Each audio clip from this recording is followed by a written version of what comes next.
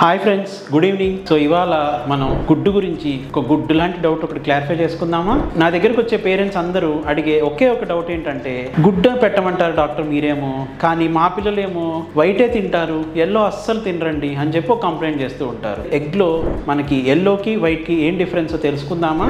White is nothing but it is a protein house. కానీ ఎల్లోలో వచ్చేసి మనకి చాలా పోషకాహారాలు ఉంటాయండి. లైక్ ఐరన్ ఉంటుంది, which is good for your blood, it prevents anaemia. 2 vitamin A ఉంటుంది, vitamin D ఉంటుంది, which is helpful for vision and also for bone strength. 3 ఎల్లోలో చాలా cholesterol ఉంటుంది. అమ్మో కొలెస్ట్రాల్ ఏంటి అనుకుంటున్నారా? It is a very good cholesterol which is very good for the baby. So ఇప్పుడు మీరే decide అవ్వండి, ఎగ్ వైటే పెట్టాలా లేదా వైట్ ఎల్లో 2 కలిపి పెట్టాలనేది. సో 2 కలిపి పెట్టాలి.